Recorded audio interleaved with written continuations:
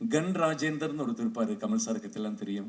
சினிமாவில் வந்து கன் எல்லாம் சப்ளை பண்ணுறாரு. இப்போ ராஜேந்திரன் வந்து நிறைய டம்மி கன்ஸ் எல்லாம் கொடுத்துருக்காரு. அந்த வேனில் நான் ஏறி போய் இன்னொரு லொக்கேஷனில் உட்காந்துருந்தேன்.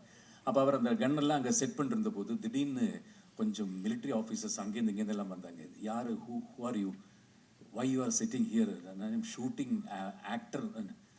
சொல்லவே முடியாது. அவங்க கன் அந்த இடத்துல போகவே கூடாது. அந்த மாதிரி ஒரு இடத்துல, அதுவும் கன் ராஜேந்திரன் இவ்வளவு கன்னை வந்து டம்மி கன்னை கீழே போட்டு உட்காந்துருக்காரு சஃபாரி சூட்டோட. ஒருத்தர் இருந்தார் அதுக்குள்ள, அந்த மிலிட்ரி இதில். அவர் ஓடி வந்தார். சார் என்ன, நான் ஷூட்டிங் அது ஒன்றும் சொல்லுங்களே சொன்னேன். அவர் தமிழில் வந்து அவர்கிட்ட சொன்னாங்க, அவர் ஒரு ஆக்டர், அதனால ஒன்றும் பண்ணாதீங்க வாங்க சொல்லி என்ன ஒரு இடத்துல கூப்பிட்டு போய் உட்கார வச்சார். ஒரு 10 நிமிஷம் அவர் கூட பேசிட்டு இருந்தேன். அவர் வந்து அந்த பார்டரில் ஒரு மலையோட உச்சி மேலே, அவருக்கு அங்கே தான் டியூட்டி.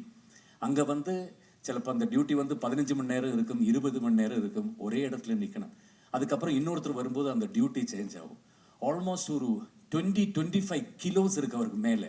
அவர் கையில் இருக்கிற அந்த ஸ்டென்கன், மேலே இருக்கிற அந்த ஹெல்மெட், ஃப்ரண்டில் இருக்கிற அந்த ஃபுல் இரும்பில் பண்ண தட் இஸ் அந்த புல்லட் ப்ரூஃப் எல்லாமே மேலே டோட்டல். அதை வச்சுட்டு அந்த குளிரில் அவர் 15 மணி நேரம் 20 மணி நேரம் இருந்த பிறகு நான் போய் கேம்பில் போயிட்டு சிரிச்சிட்டு தூங்குறது எதுன்னு காட்டுறேன்னு சொல்லி அவர் மொபைல் எனக்கு காட்டி கொடுத்தாரு சார். பஞ்சதந்திரம். நிஜமா, from my heart I am telling.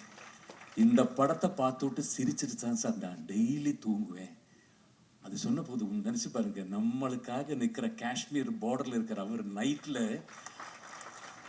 ஒரு நாளைக்கு இருக்கிற என்னோட 15 மணி நேரம் டென்ஷனை நான் அதில் தான் ஃபுல்லாக ரிலீவ் பண்ணி போய் படுத்துன்னு தூங்க. தேங்க்யூ சார் சொல்லிட்டு அவர் அப்படியே போயிட்டாரு. ஸோ இப்போது கிரேசி மோகன் சார்கிட்ட மேலே தான் சொல்கிறேன் எனக்கு, சார் தேங்க்யூ அந்த மாதிரி ஒரு படம் எனக்கு கொடுத்ததுக்கு.